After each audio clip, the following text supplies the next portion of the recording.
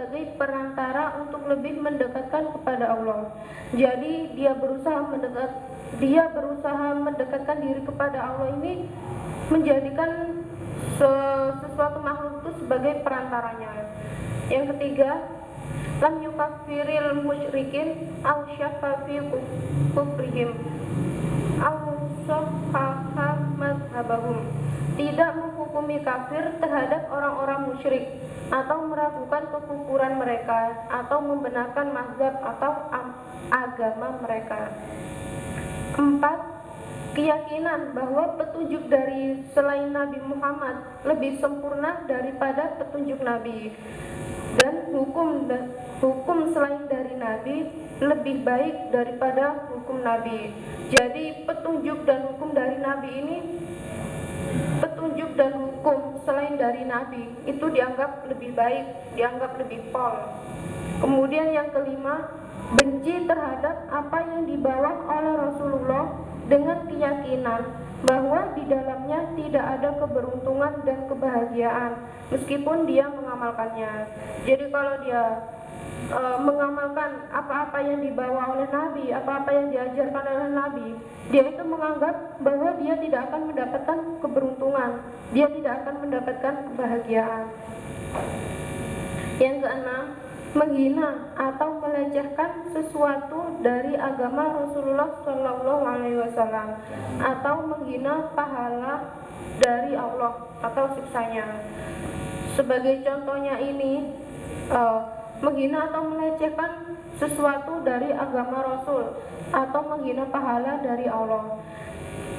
Contohnya ini kan, Nabi itu mempunyai istri 9. Nah, ngapain kamu ikut Nabi? Nabi itu kan hiperseks.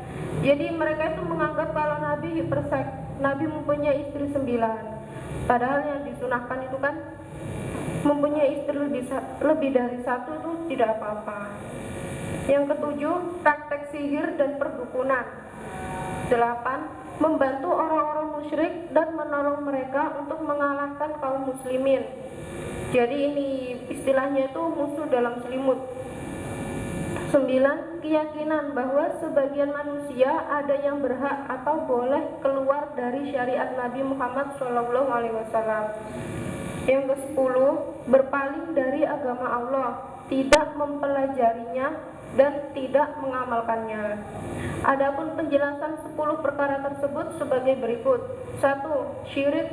Syirik dalam beribadah kepada Allah Subhanahu wa taala. Al-ibadatu hiya ismun jami'un likulli ma yuhibbullah wa yardahu minal a'mal wal aqwalid dhahirah wal batinah. Ibadah ialah segala sesuatu yang disenangi Allah Azza wa Jalla dan yang diridhoinya berupa perbuatan dan ucapan, baik yang zahir, yang tampak maupun yang batin dalam hati. Wa amma syirku huwa hadis.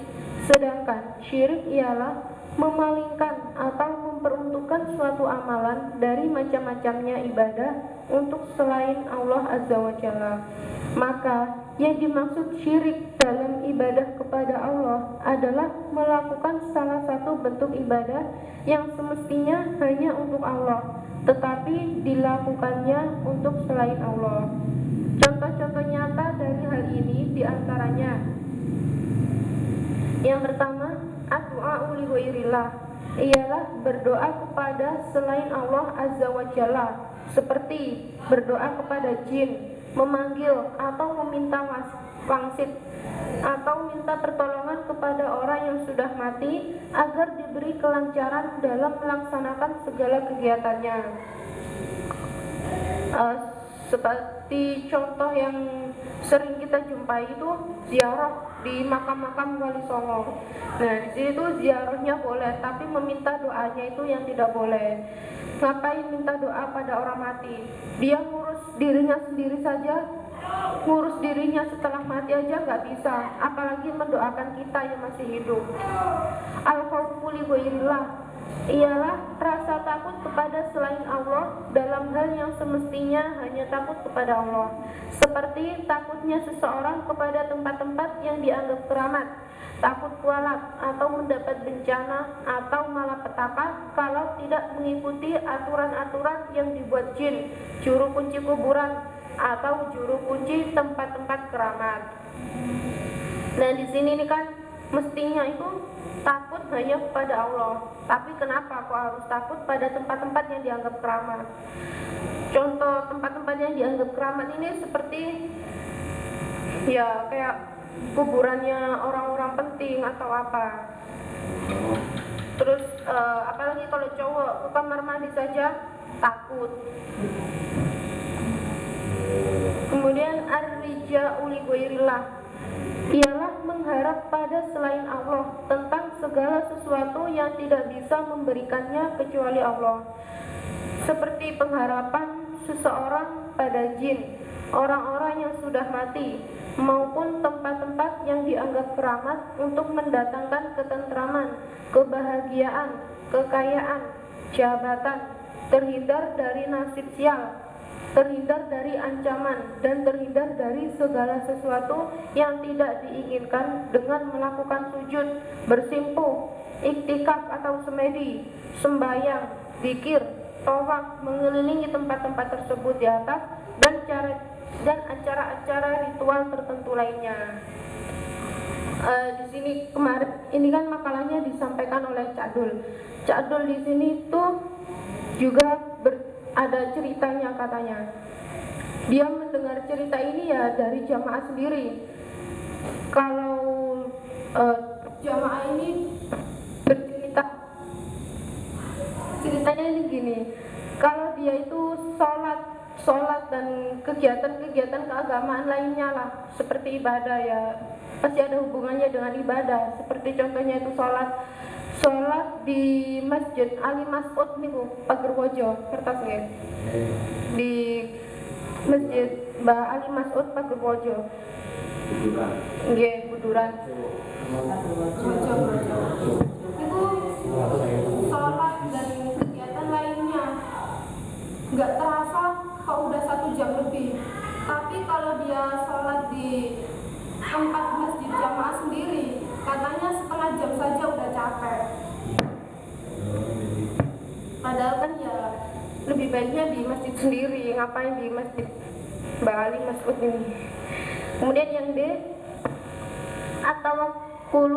at-tawakkulu li ghairillah, ialah berpasrah kepada selain Allah tentang segala sesuatu yang tidak bisa memberikannya kecuali Allah, seperti pasrahnya seseorang kepada jin, orang-orang yang sudah mati, juru kunci tempat keramat, atau pasrah bongkoan kepada apa saja atau siapa saja yang dianggap bisa mendatangkan manfaat dan mudarat, yang mana hal ini tidak dapat dilakukan kecuali oleh Allah.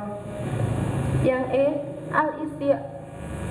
al-isti'anatu li ghairillah, yaitu meminta pertolongan kepada selain Allah tentang sesuatu yang tidak bisa memberikannya kecuali Allah semata, seperti minta hujan kepada bintang tertentu, minta pertolongan kepada orang-orang yang telah mati dengan anggapan bahwa mereka mampu memberikannya, atau dengan anggapan mereka mendapat mandat dari Allah untuk bisa memberikannya, atau bahkan bisa mengatur dunia menurut kehendaknya sendiri tanpa adanya dalil-dalil dari Al-Quran dan Al-Hadis dan lain-lain. Yang ke F,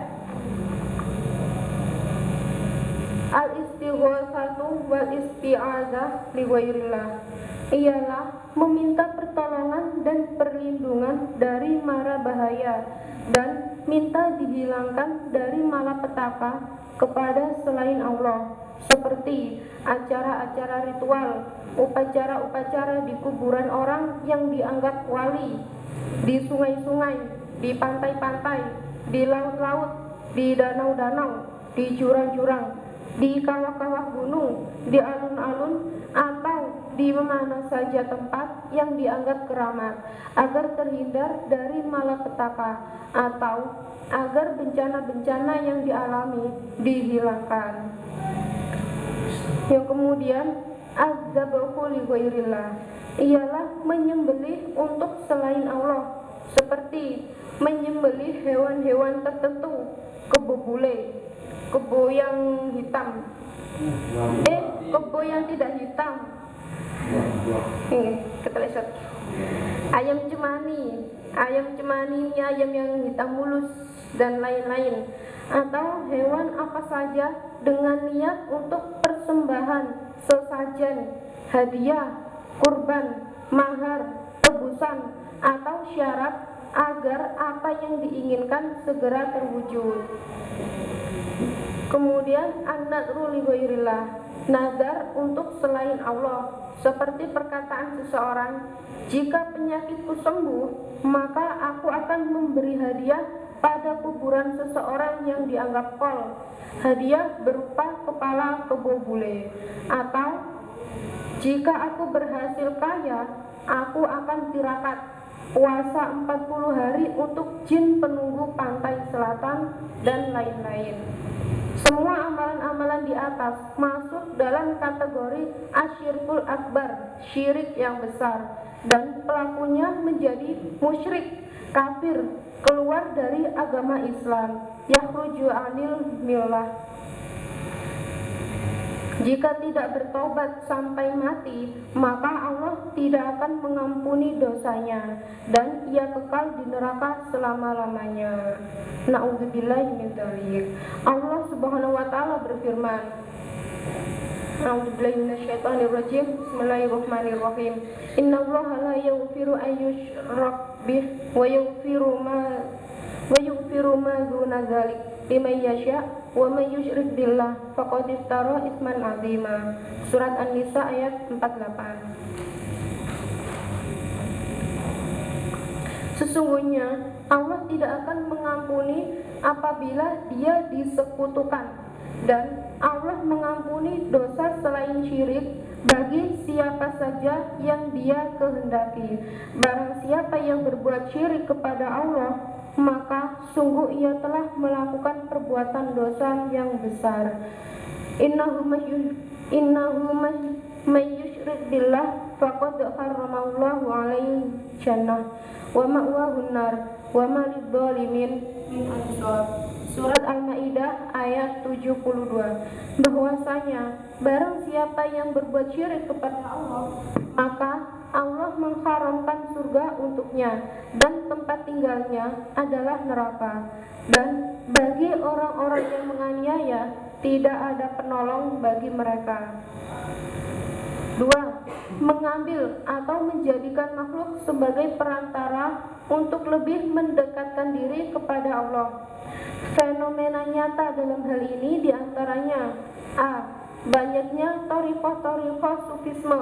Sufisme ini golongan-golongan orang sufis dalam dunia Islam yang mayoritas dari mereka meyakini bahwa pendiri-pendiri thariqah atau pemimpin-pemimpin mereka yang biasa disebut dengan sebagai kekasih Allah, pemberi petunjuk, guru besar yang mengenal Allah, telah diberi mandat oleh Allah untuk mengatur segala perkara yang ada di langit dan di bumi, sehingga sebagai waliullah itu tidak sekedar menjadi perantara antara manusia dengan Allah, tetapi seorang waliullah itu bisa memberi syafaat, mengabulkan doa, mengampuni dosa seseorang sesuai kehendaknya, menyiksa seseorang sesuai dengan kemauannya, memberi manfaat, memberi mudarat, dan lain-lain. Jadi kenapa orang-orang sufi ini menganggap dirinya itu lebih pol? Karena orang-orang sufi ini mereka mendapatkan wahyu itu langsung dari Allah. Nah, sehingga mereka merasa lebih sombong. Mereka merasa lebih pol daripada para nabi. Sebab kalau orang sufi ini kan mendapatkan wahyu itu langsung dari Allah, tapi nabi ini kan mendapatkan wahyu melalui perantara, melalui malaikat Jibril. Sehingga orang sufi ini merasa kalau mereka ini lebih pol dari para nabi. Dalam syarah Tohawiyah diceritakan bahwa ada dialog antara seorang ahli sunnah dengan orang sufi. Ketika ahli sufi ditanya, siapakah Syekh Abdul Qadir Jailani itu? Maka dia menjawab, hadza waliyullah wa hadzal ladzi yudabbirul amr. Niku sing tulisane yudabbiri digantos yudabbirul amra al hadis. Dia ini adalah waliullah dan dia inilah yang mengatur segala perkara dari langit sampai ke bumi. Dia yang memiliki atau menguasai perkara-perkara yang sulit atau darurat segala perkara. Dia yang mengampuni orang yang dia kehendaki dan menyiksa orang yang dia kehendaki. Dia yang memberi atau yang mencegah. Dia yang menyambung atau yang memutus. Dia yang merendahkan seseorang dan dia yang mengangkat seseorang. Na'udzubillahi min dzalik. Niku na'udzah dikantos na'udzu. Ya Allah, kami mohon perlindungan kepadamu dari semua keyakinan syirik seperti ini. Jadi orang-orang sufi ini ketika ditanya Syekh Abdul Qadir Jailani itu siapa? Ya jawabannya mereka itu seperti itu tadi. Syekh Abdul Qadir Jailani itu mereka anggap orang yang pol, orang yang memiliki, orang yang menguasai perkara-perkara yang ada di langit dan di bumi. Padahal sebenarnya ini Syekh Abdul Qadir Jailani itu adalah orang ahli hadis, orang yang mempunyai banyak-banyak karomah, mempunyai banyak kelebihan yang diberikan oleh Allah pada orang-orang yang ahli zikir. Jadi Syekh Abdul Qadir Jailani ini orang-orang yang salah satu orang yang ahli zikir, ahli ibadah. Jadi orang-orang sufi menganggap orang ini sangat pol. Nah, kalau ada orang yang tidak ahli zikir tapi dia itu mempunyai banyak kelebihan, mempunyai beberapa kelebihan. Nah, kelebihan-kelebihannya itu merupakan dari jin, kelebihannya dari setan. Kalau di jamaah ini contoh orang yang mempunyai karomah itu adalah Bapak almarhum Haji Nur Hasan Al-Faida Lubis. B.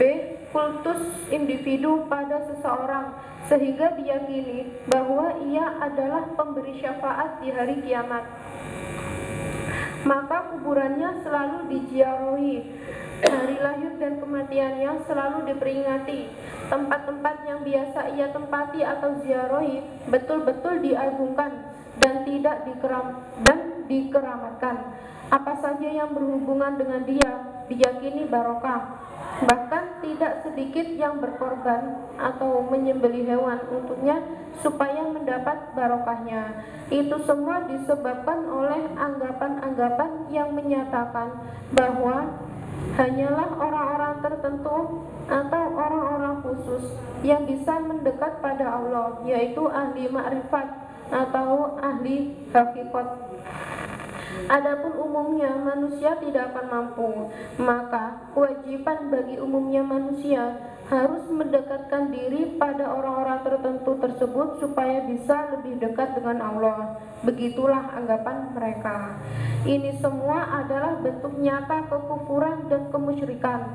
Firman Allah Subhanahu wa taala, wa ya'buduna min dunillah ma la yadurruhum wa la yanfa'uhum wa yaqulun haula syufa'auna indallah. Al-ayah surat Yunus ayat 18. Dan mereka menyembah selain Allah yang sesembahan itu tidak akan membahayakan mereka dan tidak akan memberi manfaat kepada mereka. Dan mereka berkata, berhala-berhala itulah yang di hadapan Allah nanti akan menjadi penolong-penolong kami.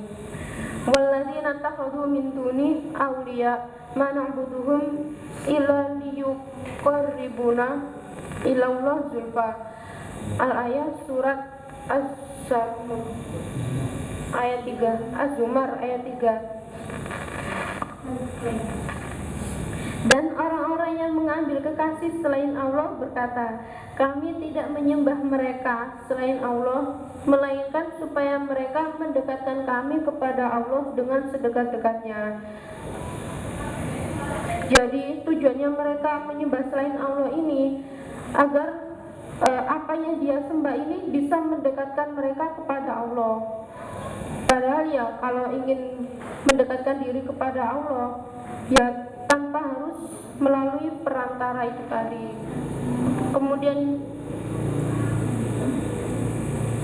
Kemudian yang ketiga, tidak menghukumi kafir terhadap orang-orang musyrik atau meragukan kekufuran mereka atau membenarkan mazhab atau agama mereka.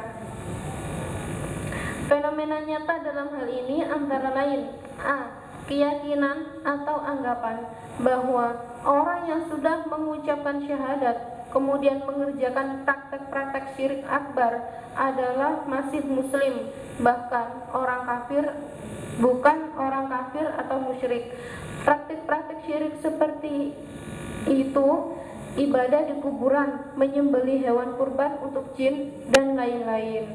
Jadi mereka ini menganggap bahwa orang Islam, orang iman, kalau dia sudah mengucapkan syahadat tapi dia mengerjakan praktek-praktek syirik, ini masih mereka hukumi sebagai seorang muslim.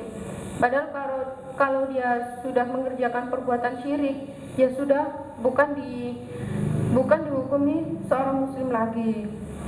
B. Dakwah atau ajakan kepada keyakinan yang dianggap bahwa semua agama adalah sama-sama benar. Ini yang biasanya dikenal dengan sebutan wahdatul adyan, persamaan semua agama, pluralisme. Nah, keyakinan pluralisme ini muncul mulai ketika abad ke-4. C. Mencintai, loyal, mendukung, menolong pada orang kafir untuk melemahkan dan mengalahkan Islam dan kaum muslimin. Ini semua adalah bentuk nyata kekufuran. Renungkanlah firman Allah Subhanahu wa taala berikut ini. Ya ayyuhalladzina amanu la tattakhidhu aduwwi wa aduwwakum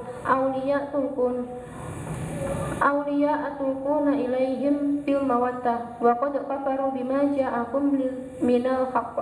Al-ayah, surat Al-Mumtahanah ayat 1. Wahai orang-orang yang beriman, janganlah kalian mengambil musuhku dan musuh kalian sebagai kekasih. Kalian berikan kasih sayang kepada mereka, padahal mereka telah kufur terhadap kebenaran yang telah datang kepada kalian. Nah, kalau kita mengambil musuh-musuh kita, mengambil orang kafir sebagai kekasih, ini sama saja kita menghidup-hidupkan orang kafir untuk merintangi kebenaran jamaah, untuk merintangi kebenaran kita. 4. Keyakinan bahwa petunjuk dari selain Nabi Muhammad lebih sempurna daripada petunjuk Nabi, dan hukum selain dari Nabi lebih baik daripada hukum Nabi. Yang dimaksud petunjuk dan hukum Nabi adalah agamanya, jalannya, pengajarannya, dan akhlaknya. Padahal Nabi Muhammad SAW adalah sosok manusia yang paling sempurna petunjuknya, berdasarkan sabda Rasulullah SAW. Amma ba'du fa inna khairal hadits kitabullah wa khairu niku digantos wa khairal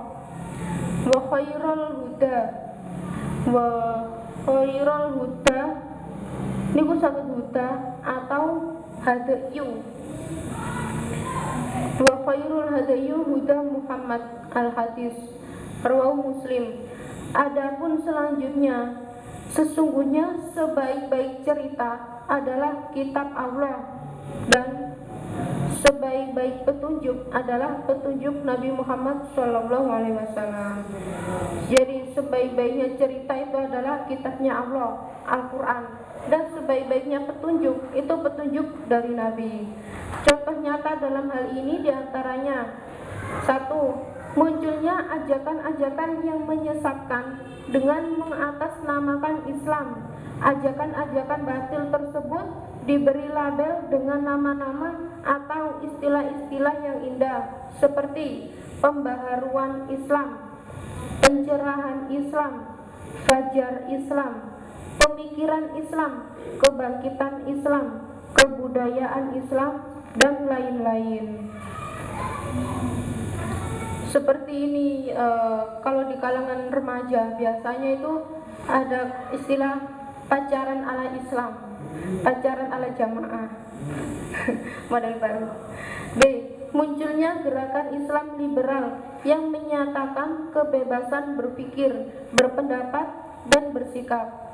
Menurut mereka, umat Islam harus mengedepankan pemikirannya daripada nas-nas, daripada hukum-hukum Al-Quran maupun Al-Hadis, dan menjadikan akal sebagai tolok ukur atau barometer dalam kebaikan dan kejelekan.